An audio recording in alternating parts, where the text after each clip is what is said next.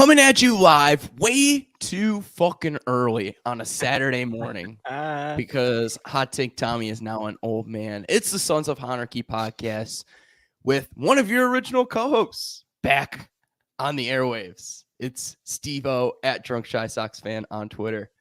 And Hot Take Tommy. So, Steve, I absolutely butchered the opening without. I just didn't do it. I just didn't do the opening last week.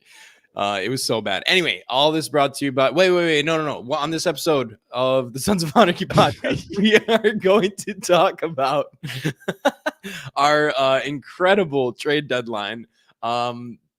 Johnny Cueto being the greatest of all time. Minnie Minoso again, and buy or sell. We're going to have a good time. All this is brought to you by us. Make sure you rate, subscribe, review. We are your favorite 4-star podcast, so make sure you mash that 4-star button. I think we're currently sitting at 4.1. Bring us back to reality, folks. We are just a 4-star podcast. Take us down to earth, please. Tommy, I'm glad that you admitted to saying that you fucked up the intro last week because I was listening to it. Up the intro, or what was that last week? It was last week. Last week, yeah. But I was listening to it, and Willie, kudos to Willie for doing a great job. Yeah, just being on here, and putting up with you. Semi supporter and listener of the podcast, Alex Rude. Said that listener semi-supporter, I think is the best. Yes. But Alex said that Willie was taking over for me. That this was basically like a coup, and that he was going to be the new co-host. And I said, you know what, that would be great. However, I don't know if Willie can keep up with Tommy and deal with all of his nonsense. So I said Willie's a nice guy, but I don't know how much he can deal with you. You're like, I don't want to give up the babysitting responsibilities. I don't want to put this on anybody else out here. What can I say? I'm a martyr for the people. Yes, yes, you are. How noble of you. Let me go back to this intro part. It's an art form. It is an art form. Baby. It's a whole ass thing, man. You got to make sure that you knock it out. Like it's something that's running in your head, and you move from one thing to the next. You drop off, and you pick up right back at the right spots. I mean, it takes some skill. I'm glad that you recognize that. Oh yeah. No, it's a real thing, man. You got to memorize it. You got to know. You got to execute. Most importantly, yes, execution is everything. Speaking of executing, I would like to execute. I would like to execute Rick Hahn right now. It's kind of like that's almost like a Brian Kellyism right there. Remember when he talked about how he made that comment about executing his players? He thought it was so funny too. He waited for the reporter to laugh, and it was like, no, Brian, nobody's gonna laugh at that. Fantastic. But no, I gotta say this. I am very upset about Rick Hahn and the trade deadline. I think some people already know that. I made my thoughts very clear on the last Believe in the South Side episode with our friend Carrie. That's our new project. Yeah. And we both just absolutely went off on Rick Hahn and how this is supposed to be their championship window, and they are not taking advantage of the trade deadline and what was available, and really trying to make this team better. That they're content with being meh. 500 ball club. 500 ball club. Exactly.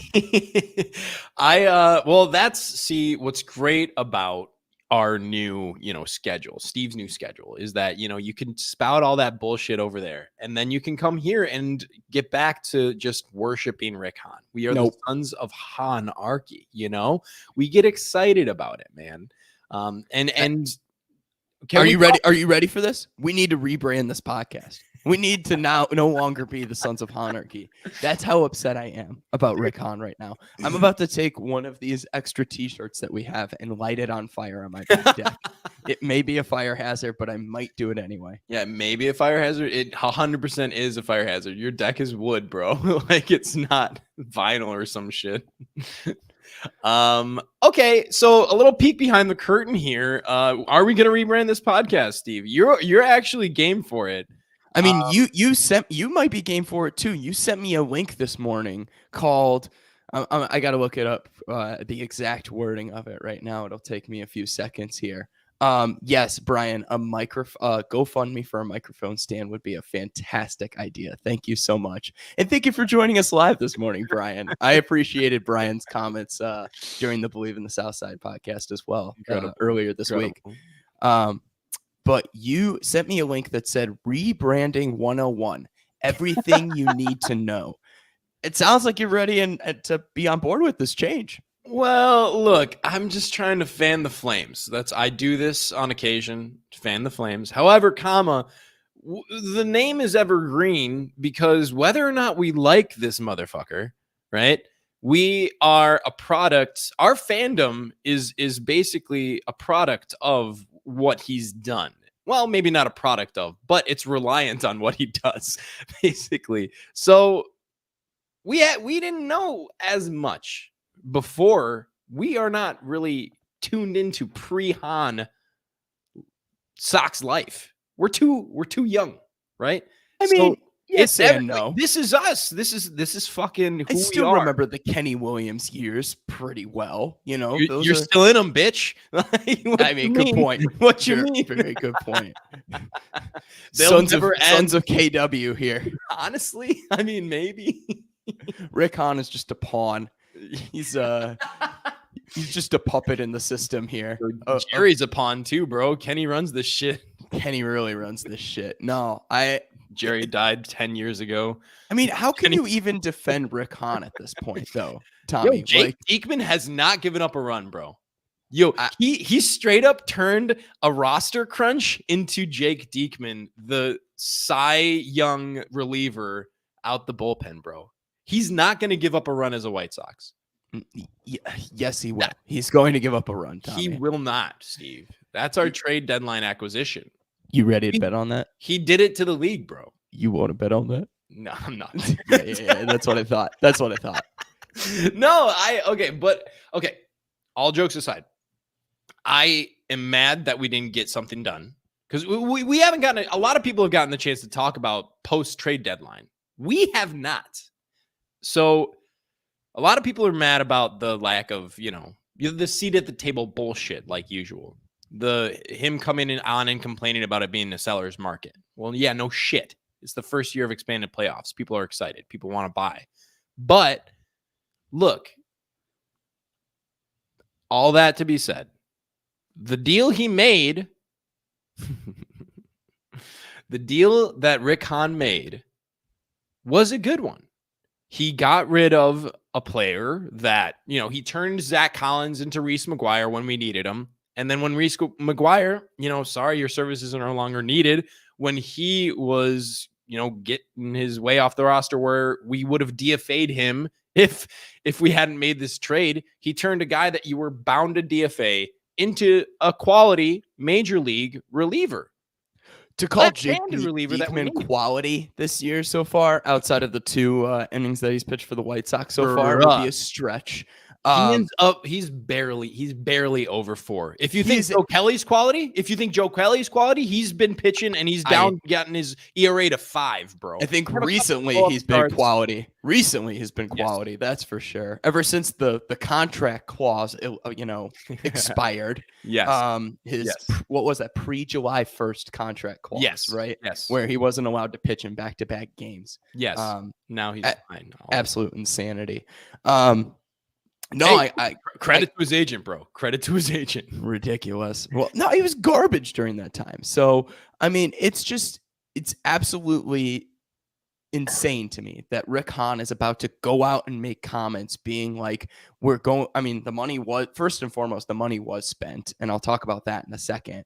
But the problem, he's going to say, ask me after the parade, and our championship window is coming up, and we're going to be competitive, and we're going to be buyers, and we're going to be aggressive when our time comes. And he's not aggressive. Absolutely not. Your biggest contract, bro. Your biggest contract is Yasmani fucking Grandal. Okay. That's it. 4 years, 78 million. You look at the rest of the teams around the league, a majority of them have at least one $100 million contract. And the White Sox still won't do that. If you want to dump that a little bit on Jerry, that's fine. But then again, if Rick Hahn's not going to be able to sign that $100 million guy, which, I mean, they had a seat at the table again, quote unquote, for Manny Machado, at least redirect those efforts to another good player. There have been other good players that you could redirect those efforts to, or like that Shohei, that was almost done. That was almost a done deal, Steve. Yeah, sure. I have a very hard time believing that that Shohei was actually in the cards for the White Sox. You know, they did not have enough to give up capital. And if they had enough to give up, it would have been guys from the starting roster. You would have seen Andrew Vaughn. Oh yeah, no, it would have had to be. It would have been Andrew Vaughn, Michael Kopech, and maybe somebody else.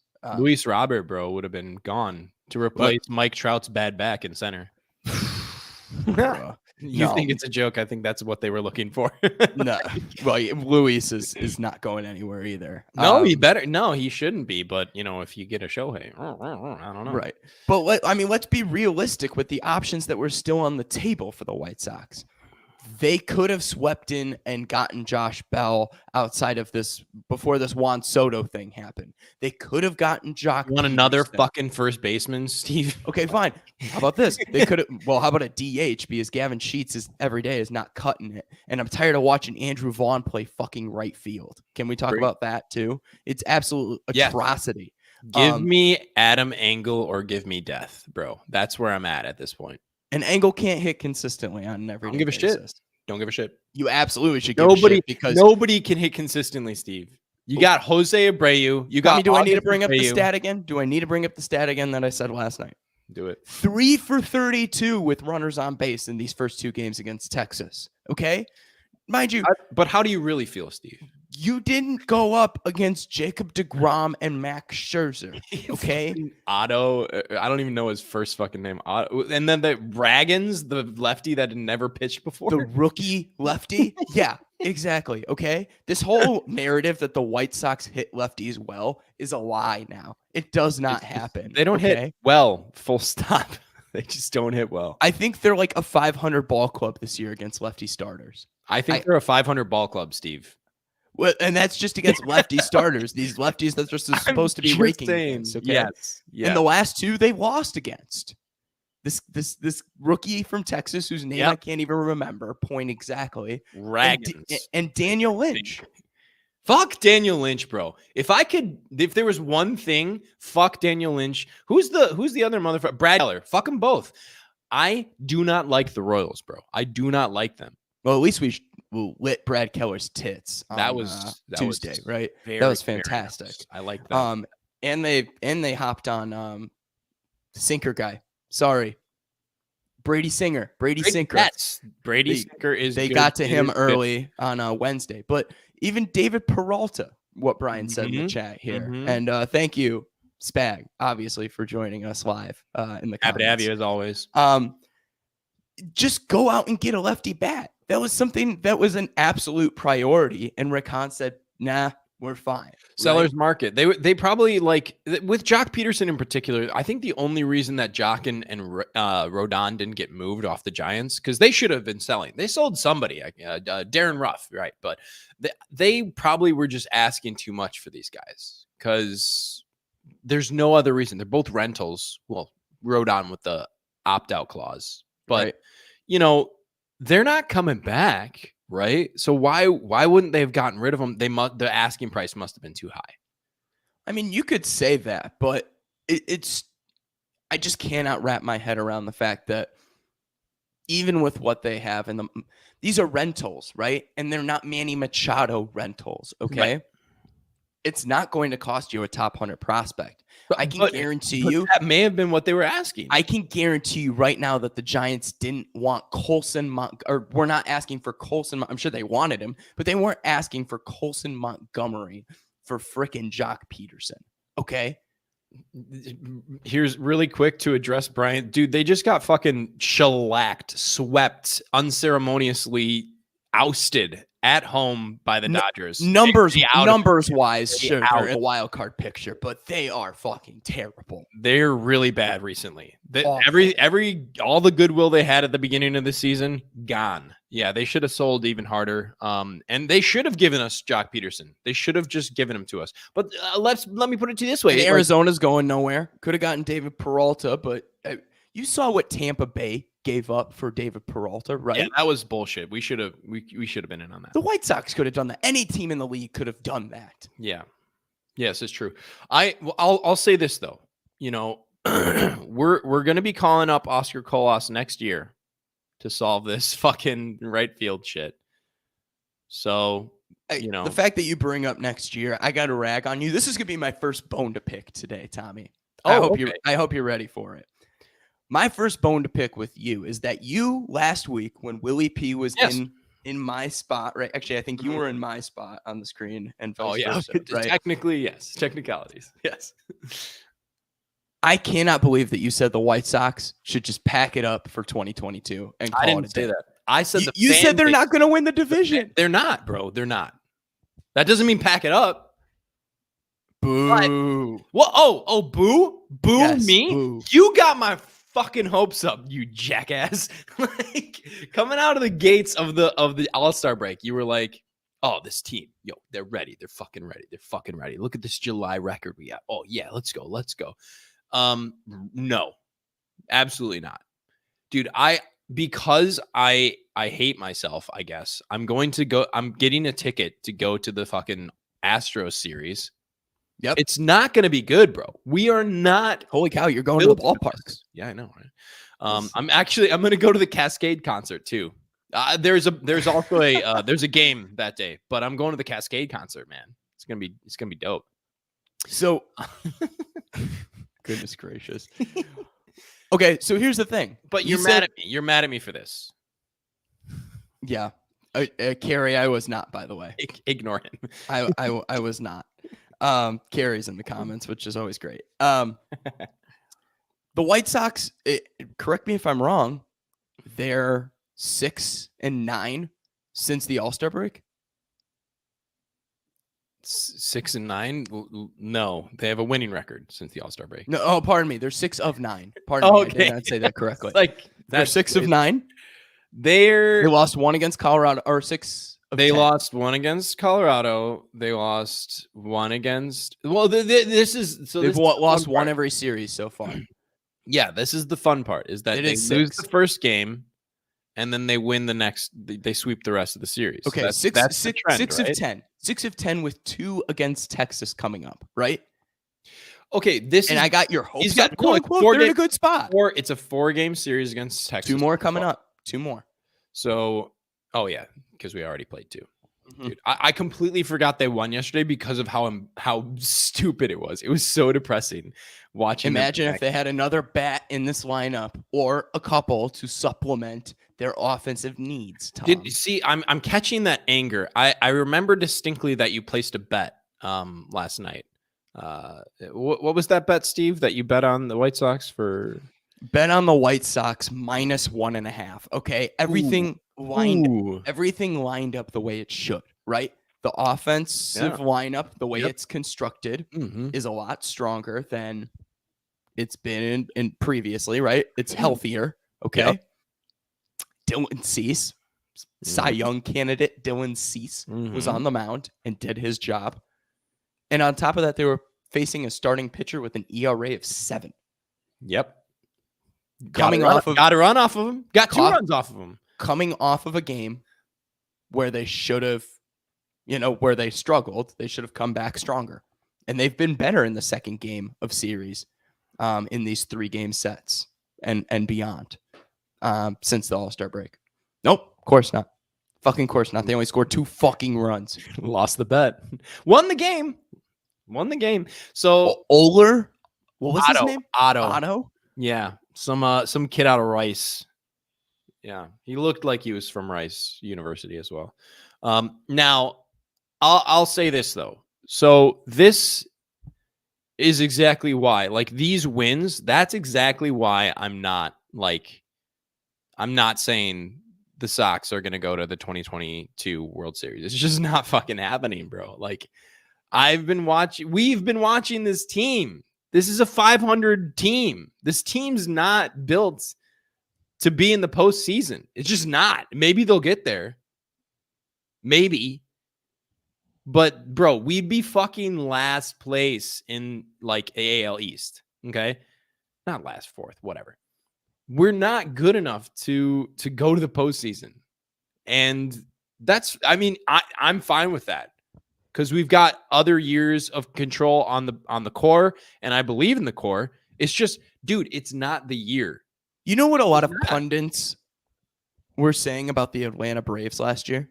The same exact thing. No, the Steve, same not exact the thing same. before the deadline. Before Exactly. the deadline. Yes. Before the deadline, right? Yeah. And what Rick Hahn could have done. And I'm gonna go back to Hahn, man. I'm gonna continue to rag him, despite us being the sons of Hanarchy. I'm going to rag him because he could have supplemented this lineup with more pieces. Mm-hmm. Okay? And he decided not to. Jake Diekman. That's it. Pretty good. I'm okay. I am okay with Jake Diekman. Okay. I think it's a good move. Man has not given up a run as a White Sox. I think it is a very good move to get rid of a guy that you were just going, or to trade a guy that you were just going to DFA anyway. Yeah, exactly. The fact that you had such a need in the corner outfield positions, at second base, at DH, and you are neglecting those needs. At this point, second base is not a hole. Josh Harrison is not an everyday starter. He's been good, bro. I like in spots Josh Harrison. I like in spots Gavin Sheets. I like Adam Engel as a defensive replacement. Right. Okay, I hear you. And as a last-ditch effort at the plate when, somebody's injured, like Luis Robert. Yes, okay. But they are not guys that you depend on. Okay. In most situations on a playoff ball club. This team should be a playoff ball club, and Rick Hahn has not constructed a playoff roster. Dude, I need to set the record straight on all the Josh Harrison. Jesus, Mary and Joseph. Josh Harrison. It's not slander. It's not slander. No, it is slander. It's you and everybody else in this goddamn, White Sox fandom sphere. Look, I was mad at Josh Harrison like the second we got him. But looking at his last couple months, bro, like he's one of the better second baseman options in the league in the last couple months. Second base, you just like we keep thinking like, we got to fill this second base hole. We got to fill this second base hole. Second base is one of the most shallow positions in terms of major league talent in the fucking world, bro. Like second base is for failed shortstops is what it is. Like there's not an abundance of this phenomenal all-star talent at that position. I agree with you. So but Josh Harrison is as good as it gets. Throw him in the fucking 9 hole and fill the fucking right field. Correct. With Oscar Colas. The second. I hate you so much. God. You want to bring up a guy that's in Birmingham right now. Yeah, and that worked out really well when they brought up Lenyn Sosa, right? It worked out really well when they skipped AA to get fucking Andrew Vaughn up here. A little bit different when you're bringing up the best college hitting prospect that the White Sox have drafted since Frank Thomas. I cannot argue. Right. And you're right. Harrison, I'm breaking it down by the numbers. You are absolutely correct. Over his last 30 games, 287, 339, 465. I will take that. Out of second base, that is good. That is very good. That's solid. It's solid, honestly. I would much rather him take care of the outfield needs. Of like outfield should be produced. Andrew Vaughn playing right field, right? A corner outfielder needs to fucking rake. That's what they're supposed to do. Okay, not only just rake. Andrew Vaughn has the potential to rake, right? Yes. But we've seen him defensively. He's horrible. Very not good. He's one of the worst defensive right fielders. Yes. It in the league. Dude. And he's not a right fielder. Hear me out. Every game 7th inning, doesn't matter who's coming up next in the order, Adam Engel gets put in the game. Every fucking game. In what situations? Every situation. Every game. So they're after down 1 and 7th they inning. need somebody to actually hit a right-handed pitcher. Nope. Adam Engel's in the game. Yeah, Fuck it. I cannot. You're Dude, you want defense, bro. You got it. You fucking got it. Outfield defense is great when you have a fucking lead and you've put up more than 2 goddamn runs. Hey, Jesus it worked. Christ. It worked yesterday. They put Adam Engel in the game and they won. Rick Hahn's He trying to did not do construct anything, but Rick Hahn's trying to construct this lineup like it's 2005. Him and Tony must be in cahoots. They must love each other because they're so far into the goddamn Stone Age. No. Tony does not have power in that dugout anymore. There's no way. The lineup's been too fucking consistent. He's not doing anything anymore. You make a valid point. Well, you brought that up, and I think that conspiracy theory I can get behind. I think that the reins of power have been removed from Tony's hands. So now, can we talk about? We can take it 2 ways. Do you want to continue? You want the red pill or the blue pill? You want to be sad still, or do you want to talk about something happy? Let's stay sad for a minute, and then we can move on. I'd rather end on a lighter note. Okay, so sad still. Tim Anderson, really, really bad this series. He's got like more strikeouts than he's had all fucking season, it feels like, in these last 2 games. And wasn't good in the end of the KC series either.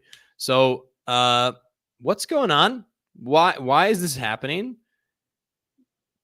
Steve? Tim's an emotional player, first and foremost. I mean, we already know that. Yeah. Tim is a very emotional player that rides his highs very high and rides his lows very low. We all should know that after watching Tim Anderson play on this ball club for the last 7-8 years, right? Mm-hmm. That's when he started. So we shouldn't be surprised by his cold streaks being cold. One thing to think about, what if I told you that it's not just the last week? It's been his last 30 games. 128 at-bats, 32 hits, and a homer, which gives him a slash line of 250, 289, 305. Jeez. So he is a below league average hitter currently over his last 30 games. Yeah. Not fantastic. Not what you want to see out of your leadoff guy. Not what you want to see out of a guy that is... Him and Abreu are really kind of the quote unquote faces of the franchise when it comes to your starting 9 every day. I think the suspension's going to be great for him. You asshole. Hot take. You asshole. He needs to sit. Yeah. Tell me the last time Tim Anderson really sat. Never, bro. Not this season. I mean, earlier on in the year. Remember when Ozzie Guillen was on NBC Sportsnet ragging Tony in the front office for not starting him and giving him too much rest? He's young. He should be playing every day, yada, yada, yada. Ozzie, this isn't the 80s, bud. Players are built different. Players are built to be really strong for shorter amounts of time. They are not built for durability anymore. Ain't nobody got endurance. Like, nobody needs it. As sad as it is in the sport, there's a ton of athletes. So guys are expendable to owners, to management, to organizations, right? Shit, I didn't know you were going there, man. It's true. But I know it's a ton deeper, right? It's true, but very sad. So it's something to think about. If you want a guy to last, there aren't Cal Ripkins of the world anymore, buddy. No such thing. Except for Jose Abreu, baby. Fucking tank, bro. Come on. Even this guy doesn't even play 155 games a year. Let's be real. Dude. Is that what the numbers are going to be this year? I think 155 games? Barring injury, he's going to play 155 games. Okay. I will bet you on that. You've been begging for a bet from me recently. You've been begging for a bet. Thank you, Carrie, for bringing this up. And I don't know if this is 100% true because he used the word like in it, but he said his weighted runs created is like 75 since he came off the IL. Give Tim, honestly, I hope this suspension does one of 2 things. Gives him a rest that he needs and fuels the fire again. Yep. No, I mean, whether or not the suspension, like it should be like a 2-game rest. Like he should get the suspension and he should rest a game when he comes back. I'm gonna be honest. I agree. I agree. He needs to take a beat because we've always known as Tim goes, so goes the Sox. So if he's gonna be at the top of the order, batting 250 and only hitting singles, that's not gonna cut it. It's just not. Whereas if he's batting 330, 340 and hitting his singles with a couple doubles mixed in, that's what's going to get this team over the hump. And we're not seeing it. And I'm not ragging on him because, I don't think he's like a punching bag. I don't trust him or anything like that. I think he's going to turn it around. But right now, bro, it is not pretty. And it's just one of those things where it's like, we'll have the pitching going good. And then all of a sudden you look up and they can't hit their way out of a fucking paper bag. Like it's The last 2 games. Yeah. I mean, okay, so this was the happy thing I wanted to talk about, but it's kind of now tarnished with the sadness of the bats. Johnny Cueto goes 8 strong, a complete game, since we were on the road and lost. He pitched the whole fucking game and got nothing to show for it. The guy is the greatest. Talk about endurance. Talk about durability. The old way. This guy can fucking just. He's got a rubber fucking arm. It's wild. It's exciting. And credit to Rick Hahn a little bit. Rick Hahn's really good at these really small things. I think that's the thing. When we look at it and we put it on paper, Rick Hahn is really good at the small moves for the most part, right? The Johnny Cuetos of the world, even Josh Harrisons of the world. So far Jake Diekman. He's able to kind of tweak these really small things and these minute details. Just can't land the big fish. He really never does land the big fish. So that's my criticism. But yeah, back to Johnny Cueto. Dude's a workhorse. All time. Dude is a workhorse. Oh, you used the word horse. I see what you did there. I can't sing his praises enough. He's been the second. I'll be honest. He's been the second best starter on this team this year. Best starter on the team. What are you talking about? Oh yeah, not I see says nothing on him. yeah. No, yeah. Dylan Cease, really arguably the best pitcher in Major League Baseball the last 2 months. Nothing on him. Arguably, he's 100% the best pitcher in baseball in the last 2 months. But I need to bring this up. I really this is, if you cannot talk about Johnny Cueto without talking about this. This is a quote from James Fegan. Okay, so he said it.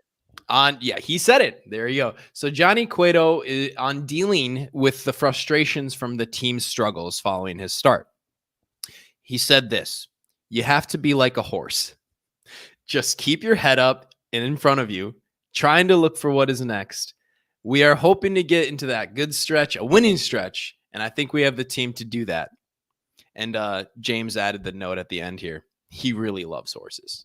And you're fucking right. He loves horses. We need this, Steve. We need a horse in the bullpen that takes Johnny Cueto from the bullpen to the starter's mound. We need it. We just need it.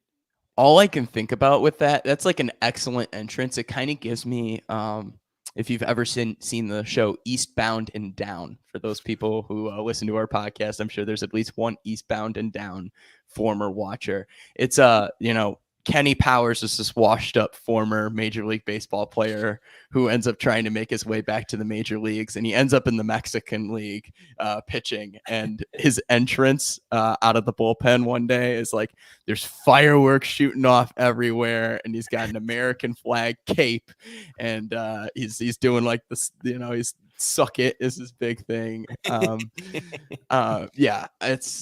That's Johnny Cueto vibes right there for me. If he ever had that introduction, it would be absolutely fucking fantastic. Yes, except the Dominican flag and a horse, not the American flag and the suck my dick. It would be but yes, I mean, like, straight up, get some fucking fireworks out by the bullpen. Pow. Horse comes, let him fucking charge out too. Don't have him like trot with this horse. Like, have him like galloping out on the field. Fuck the left field turf. Our fielders don't know how to play out the outfield anyway. What's a couple divots, like, have them charge out and then Dominican flag flying. Like, come on, man, just have fucking fun with it. Anyway, I'm sick. That is something I'm frustrated with this team is like, as much as we were sold this change the game, team doesn't have fun. The team does not have fun. No, they got to loosen up a little bit, and they were last year. I really believe that they were a lot looser last year. They were really loose 2 years ago, but what happened? TLR. There's somebody that's 77 years old in the dugout. That'll kind of tone it down, won't it? Right. Not great, Bob. Not great.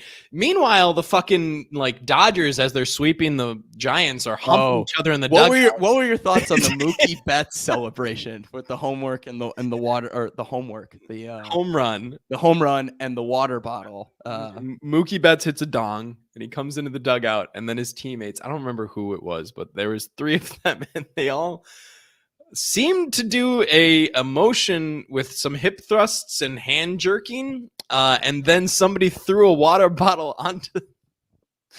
It was definitely jerking off. It was definitely jerking off, ladies and gentlemen. It was a circle jerk celebration from the Dodgers dugout, and all I know is I will buy the next version of MLB The Show if that home run celebration is included in the game. There's a selling point right there. That's wild. That is absurd, first of all. And then later on, there's fucking Justin Turner humping somebody else's cup with his cup. It's like, I don't know what's going on with the Dodgers, but look, that's the shit. That's a team that doesn't give a shit and is having a good time. Oh shit. But the White Sox celebrate each other. I think they're not that. Once again, you can't measure this, but it seems like the guys just obviously them underperforming as a team as a whole does not help. Part of it. That's what it's maybe the main factor, but still. Right, for sure. But when good things happen, celebrate each other. So Yasmani Grandal yesterday, first and foremost, his going from first to third on that ball that went off Simeon's glove was fantastic. Play of the fucking game. Great fucking hustle. Hey, hustle and heart right there. TWTW out of Yasmani Grandal. And on top of that, he had a double down the line, right? Yes. He looks like he's running a lot stronger, by the way. It may not be fast. He's never been a fast guy, but he's running a lot stronger, which is good. But he legs out that double, and Herb challenged him. Herb fixed Yasmani 100%. Shout out to Herb Lawrence fixing Yasmani Grandal for his antics with CHGO, where he basically took a face dive into some pavement. It was it's so good. Did you hear, by the way, what Yaz that video circulated in the dugout? So that's why, again, Yasmani Grandal is better now because Herb Lawrence. Yes. Spaggin is in the comments here saying that he could outrun Herb. I think he could definitely outrun Herb. One is a professional athlete, and one is I want to give Herb the benefit of the doubt here. 35-year-old man who has not sniffed, maybe pushing 40, who has not sniffed athletics, competitive athletics for well over a decade in his life here. It's also science. They did the runs, and the 90 foot runs, and he did not get close to Yasmani's. He got close, but he did not. The real question would be, can Tommy here outrun Yasmani Grandal? Not in the shape that I'm in currently, bruh.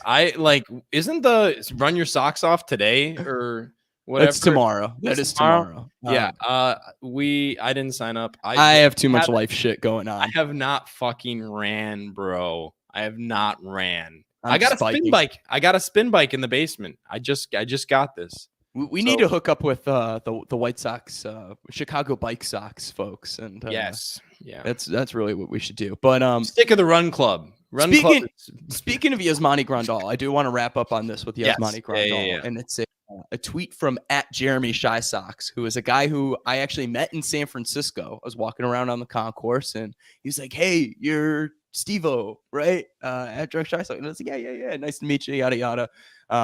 There was a really great crowd that showed up that San Francisco weekend. Yes. But he tweeted out before yesterday's game. So this is pre-Yasmani's double and single yesterday. Or pardon me, double and walk. But he tweeted out, Yasmani is slugging 232 this season. Adam Wainwright's career slugging is 291. Adam Wainwright has a higher career slugging number than Yasmani Grandal has this season. It's not good. That's wild.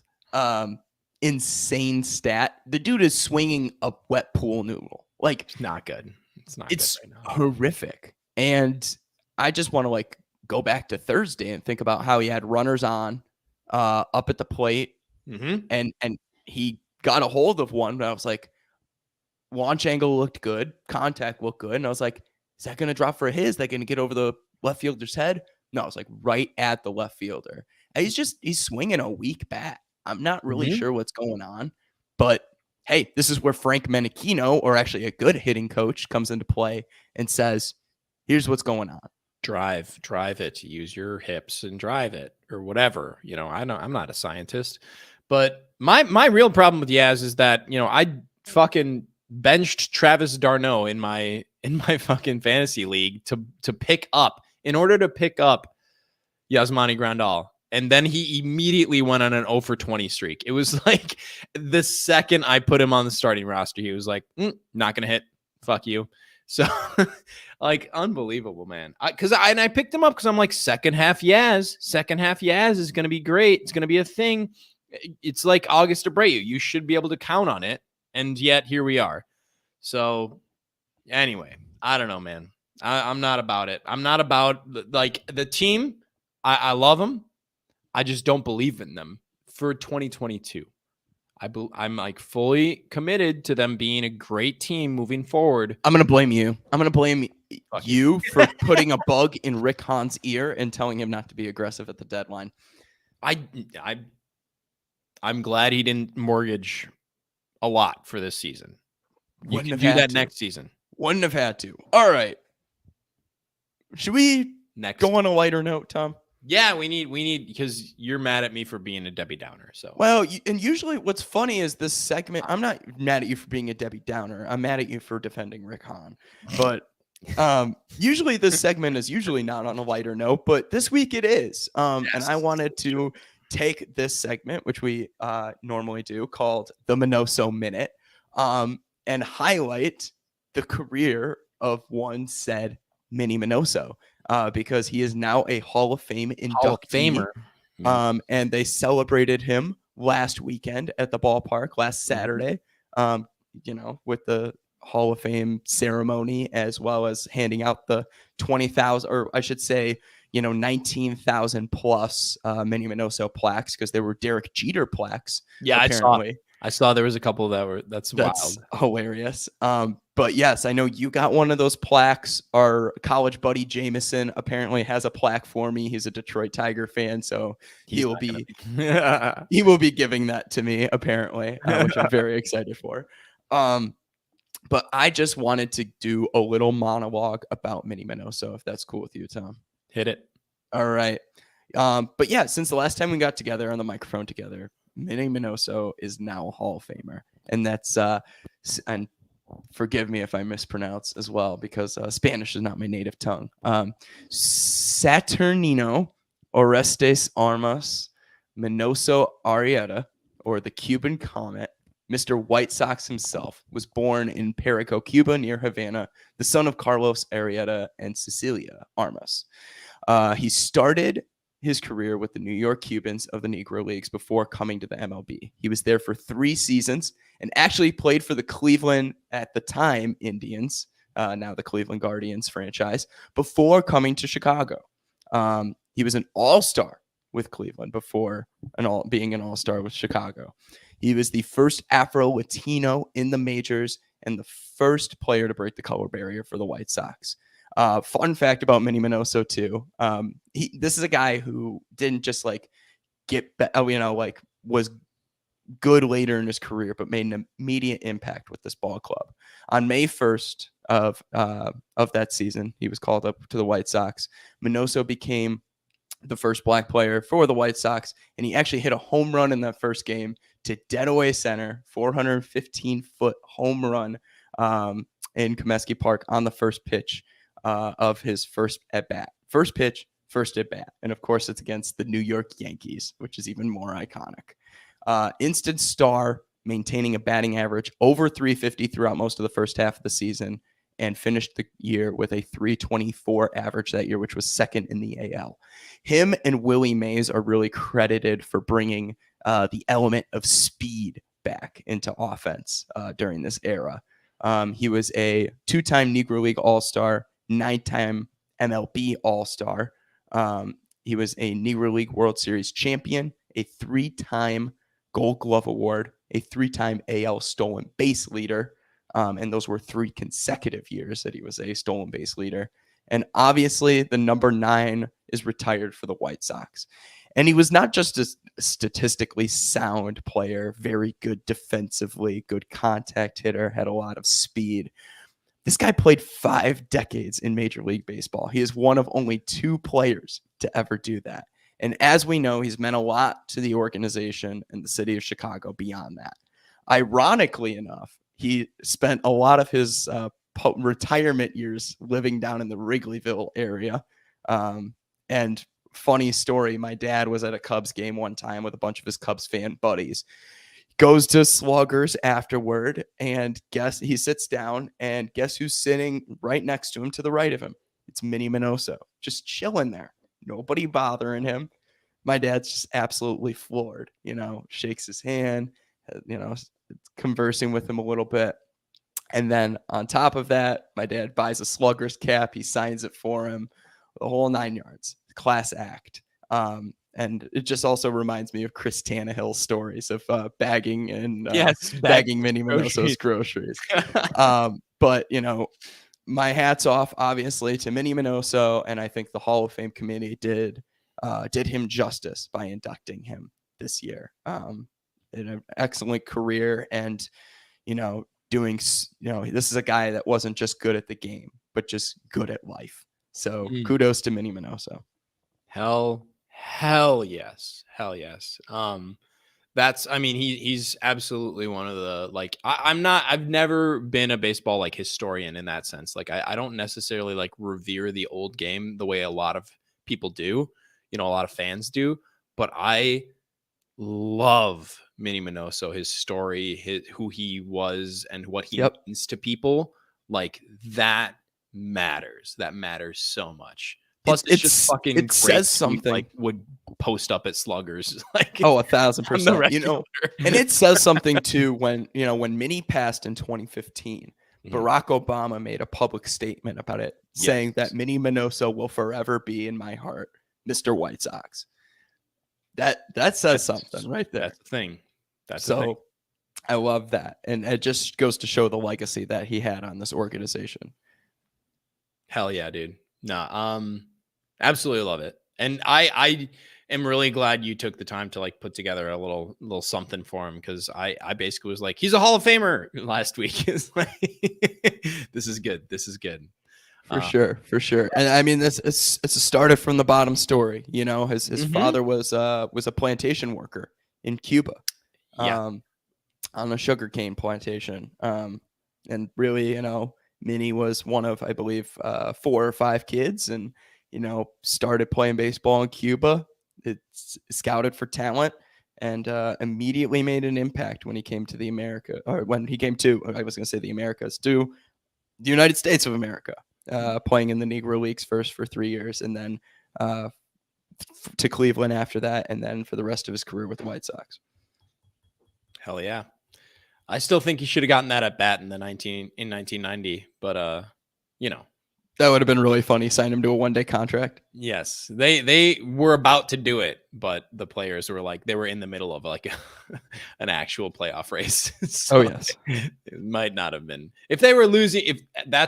If they were in a losing season in 1990, that would have been great. Facts. All right. Well, Prof is asking for a little nip slip. So there you go, Prof. You got it, buddy. This is why you tune in live. You get free nip slips. Well, from you.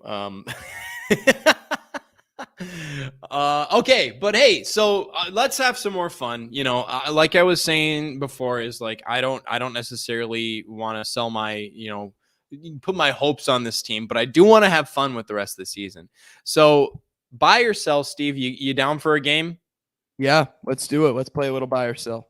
So you've got a few, I've got a few, you've got a couple more than me. So I want you to go first, and then I'll go in on mine's. Fair enough. Fair One, enough. one, All one, right. one, one. Yep. Whatever. Oh, you're saying let's bounce off of each other. You got it. So Exactly. I'll start first.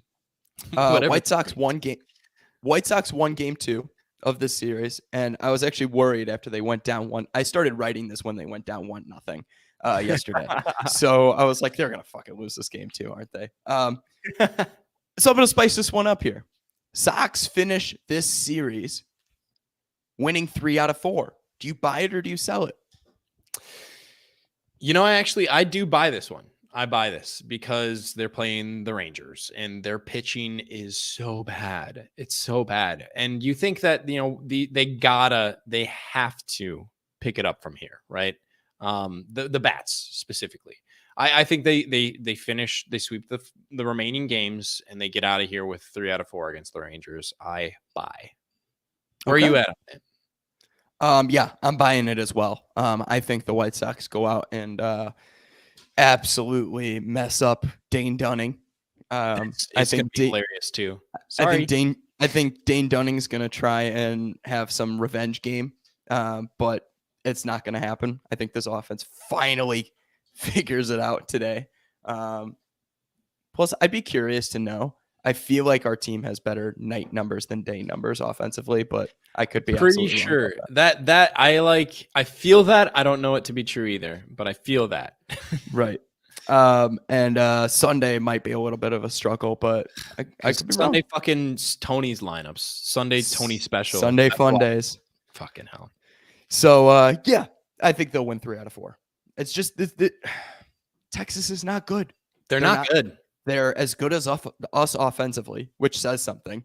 And they're way worse at pitching.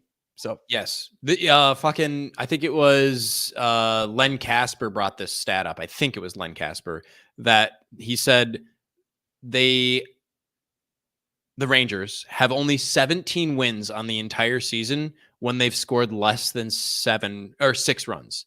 So their record's better when they score 6 or more runs. Yeah, no shit. But if they score less than 6 runs, they've only got 17 wins. And I don't see this Rangers 2 days ago. I don't see this Rangers offense scoring 6 runs. They might score 6 runs in the next 2 games combined. Not off of us. Not off of us. Maybe right. Against some fucking Kansas City Royals pitchers, but not us. Anyway, so we're buying that. Okay, so here we go. Is Abreu going to win his second MVP this year? Okay. Joke, right? I'm sorry. Yes, this is a joke. So. Yes, it's sell Aaron Judge. Aaron Judge would like a word. Yes, he would. And so would Julio Rodriguez probably. Or like 17 to 20 other people would also like a word. Yeah, Aaron Judge is going to be the AL MVP this year. Sorry. Okay, but actual question. Is August Abreu enough to lift this team to a division win? Him enough? No. I need some other guys to start, so I'm selling that. It's not that Abreu isn't going to perform or that his performance doesn't matter. It's that the rest of this team, outside of Josh Harrison, needs to figure their shit out. Yeah. So I'm also selling, even though look, I'm a believer in August Abreu, right? Like mark your calendars. He's going to hit for power and hit for average. And Eloy's been fantastic too. I can't rag on Eloy. He's been very good. Yeah. But August Abreu is the absolute GOAT. If there was an MVP at the end of every month, he would be the August MVP holder for the rest of life. But it's you're right. He's been doing it all season. And it's not been enough. So him going off on an absolute tear this month is just not going to be enough for the team to get over the hump. It needs to be Tim Anderson coming back to form. It needs to be Eloy continuing his power stretch. And it needs Yohan to be a representative player at the plate. So just get on base, dude. Just get on base. Oh, and Andrew Vaughn needs to tear the cover off the ball. That'd be nice. But that's it. Just like 6 or 7 players is doing better. That's it. That's all we need. Oh, and Yasmani needs to hit a fucking bomb every once in a while. But that's it.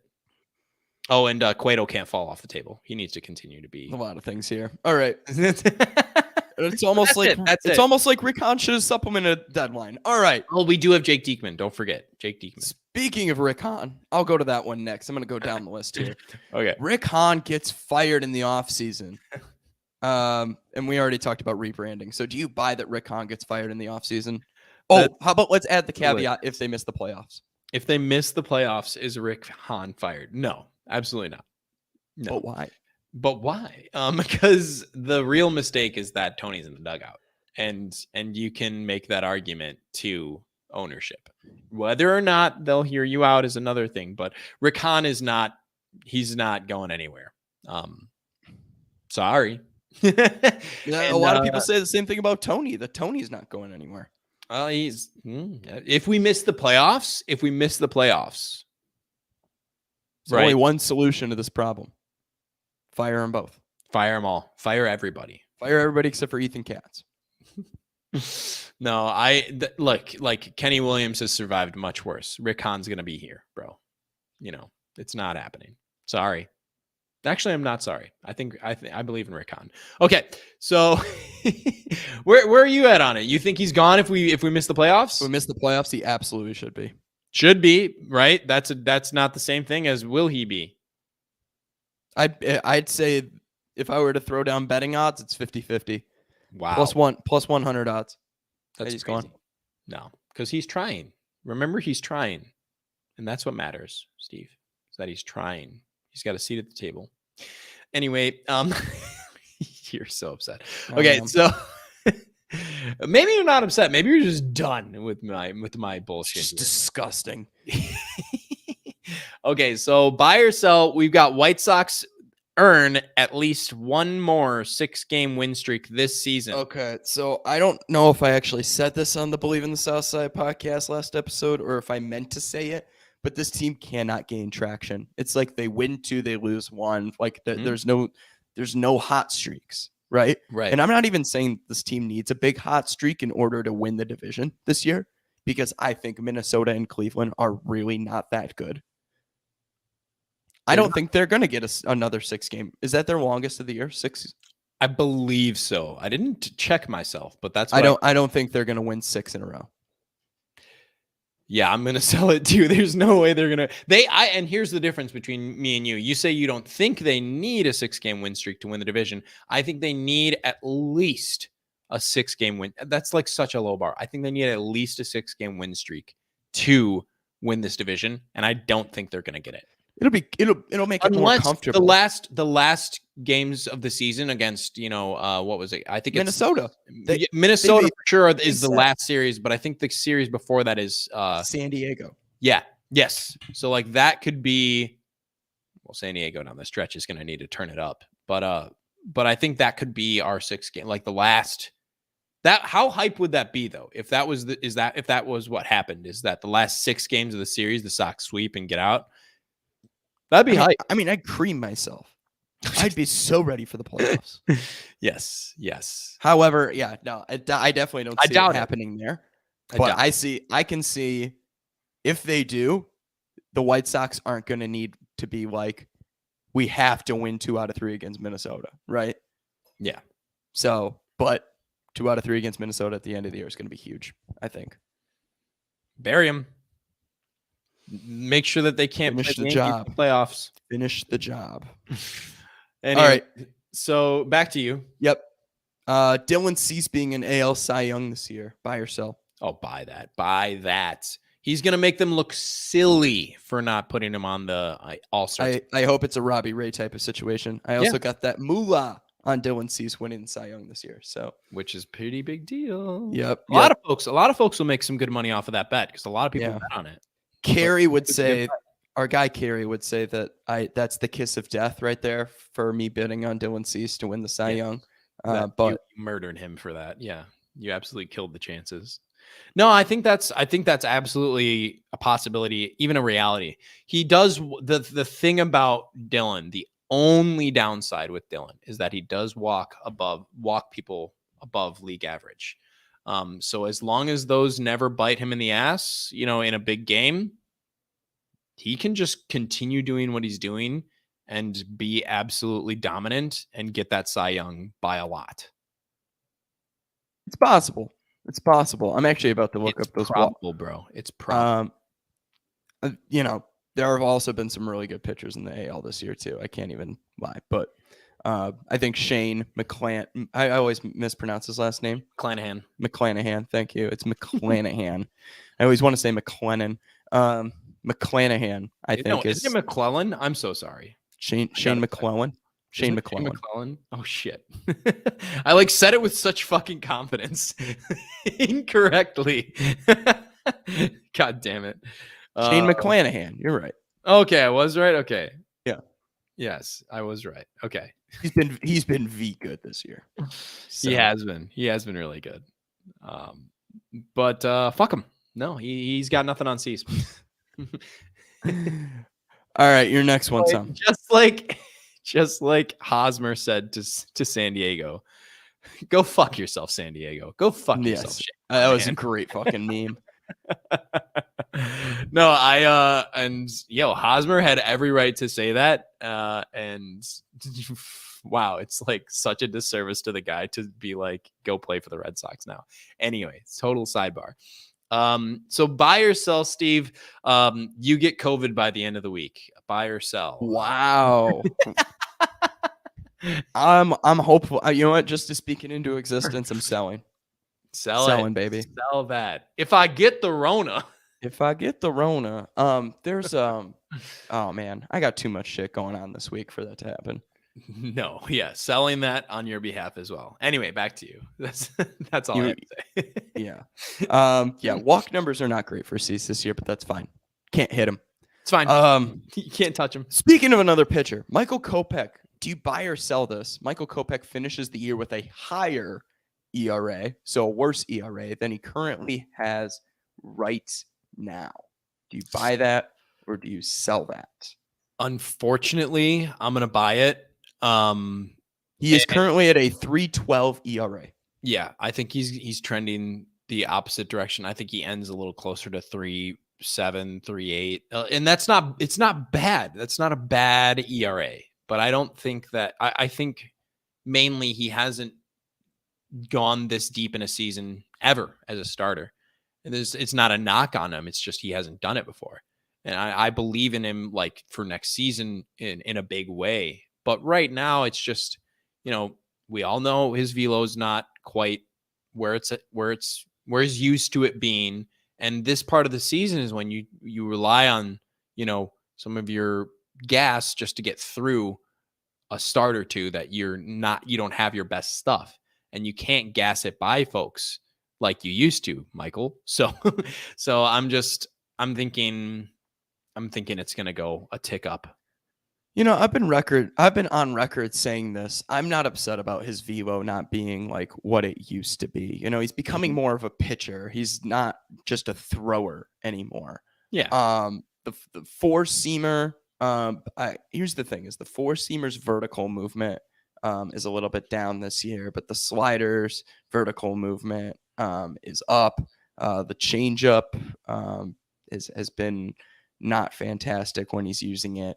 If we want to even say he's using it, he really isn't. Yeah, he is. Yeah, it's more. The thing is, he needs to develop another pitch. That's my biggest thing with Michael Kopech down the stretch, right? And down the road, curve, kind of question mark. What's that? Oh, a curve, slider, curve. It's more fastball, slider, curve. He's gonna have to develop a curveball. That's for sure. He has one, but it's anyway. Right. And that's another pitch that he's not using. So, the K rate is down. That's my biggest thing with Kopech. Okay, the fastball velo is fine. The spin is fantastic. He's got some of the best movement on the fastball in all of the league. Mm-hmm. But he's got to limit the hard contact, and he's got to start getting more whiffs and Ks. So yeah, I don't think 3.12 ERA is sustainable with his current stuff. Right. I think it's he's not more fooling anybody. I think it's more 3.5. Yeah. And the thing is too, in regard to fooling, he's also walking a ton of guys. He's walking more guys actually than Ceases per 9. Mm-hmm. Not by much, but he is. Which is a lot. Right. It's in the bottom 10th percentile of the league for Kopech. So pretty good. Not great. Not great, Bob. So I would say with Michael Kopech, the case is out. 3.5, 3.6 ERA for the year. That was solid, especially considering this is his first full year being a starter. Oh right? yeah. Oh Like, yeah. think about that. Like, people who are like, Cease is going to be so much better than Kopech. Look at what's going on right now. Look at how long it took for Dylan Cease to figure it out. Yes. People were wanting to write off Dylan Cease last year. Oh, big and be like, this dude's not going to figure it out. He's too fastball heavy, yada yada. He's got wiffle ball shit. He's got wiffle ball shit. Like, right. I meant the mental midget comments about Dylan Cease and how he couldn't pitch in big games and very mean. Third time through the order, yada yada. I mean, Michael Kopech has his issues right now too. He's just going to need time to figure it out. This guy is young. Both these guys are young. Kopech's 26. Okay. Mm-hmm. Leave it at that.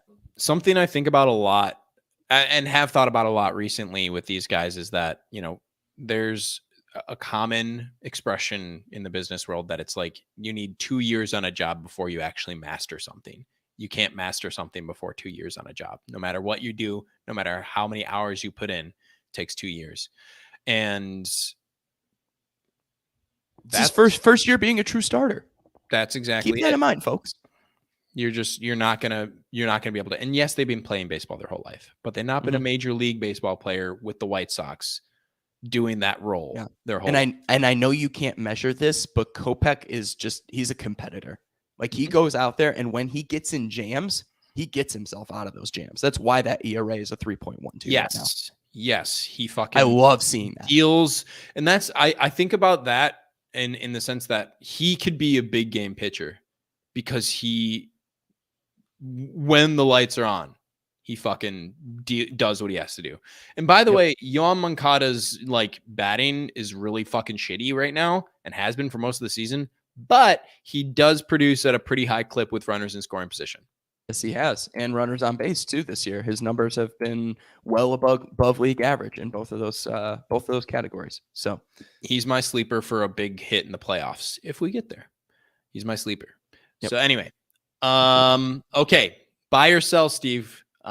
Jake Diekman is better than Aaron Bummer ever was. No, I'm selling that. Currently, yes, because Bummer isn't sniffing the field. So you admit it. Jake Diekman was a great move at the deadline. They needed a lefty. I've been saying so that you since do Crochet. love Rick I've been Hahn. saying that since Crochet went down. They need a lefty in the pen. Do love Rick Hahn. I knew. And what's his fucking face is not the answer. Face? Yes, what's his fucking face? Who's the guy whose button-up shirts don't fit? Oh, Tyler Banks. Tanner Banks. You can't even say. Oh my bitch. I feel bad. Who's Tyler Banks? Agent Tyler Banks here. He doesn't even fucking exist. No, Jake Diekman at his best is not better than Aaron Bummer at his best, but Aaron Bummer at his best is yet to be seen in the last. I mean, calendar year. So that's another thing. Next year we get Bummer back. Well, Kopech will be on his second year. Hopefully we get Bummer back before then. Yeah, true. He maybe September, which is still sad. Fingers crossed. Knock on wood. Exactly. Okay. All right. Do I have one? I have one more for you. You know what? I want to end on this one. So you throw me your last one first. Okay, sure.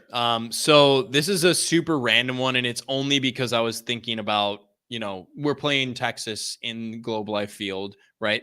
So it's kind of a hot take kind of a situation here. So buy or sell, the White Sox get a new park before the Chicago Bears get a new park.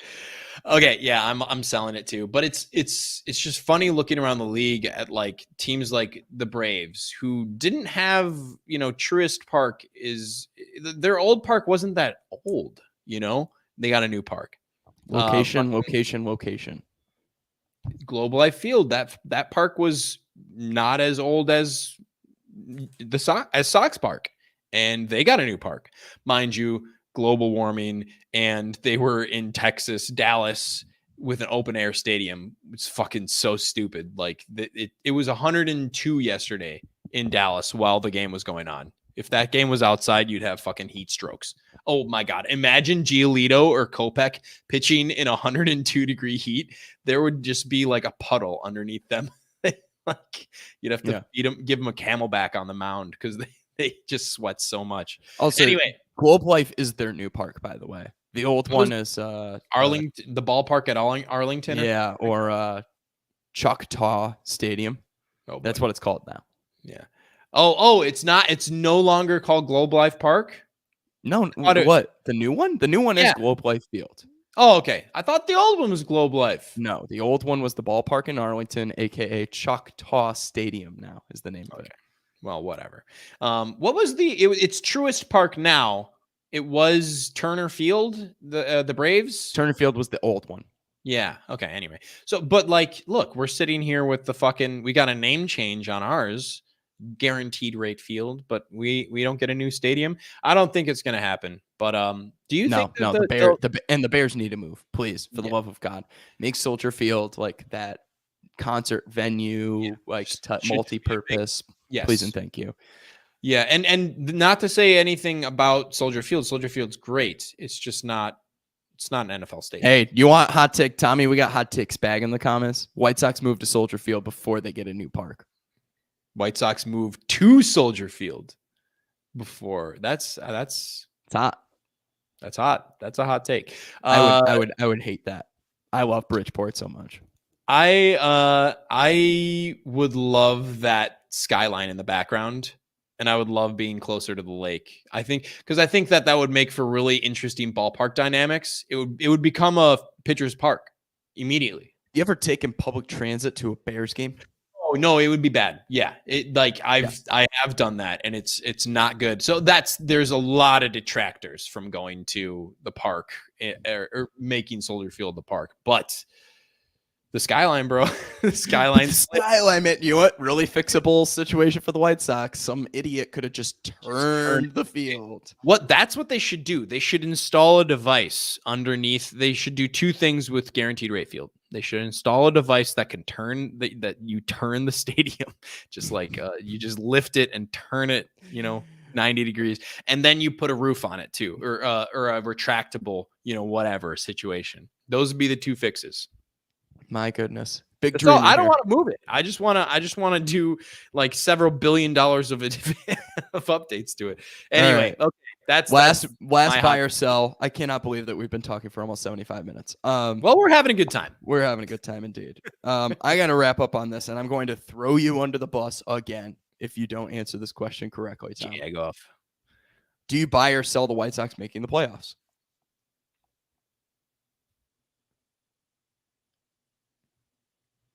The silence, man. The silence.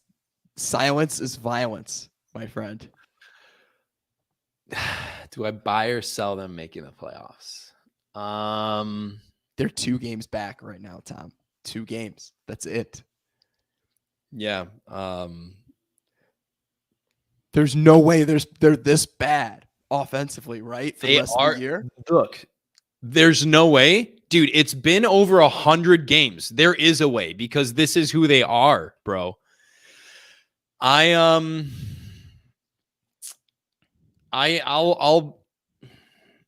buy that they get into the playoffs. Let's go. That's what I like to hear. I'm getting you back on the train. I'll buy that they're in the playoffs. I like the formula that they've had recently where it's like they're not going on a streak, but they're getting the job done. They're winning the series that they need to win. And if you win every series from here on out, it's like a 600, 660 winning percentage, and that'll get it done.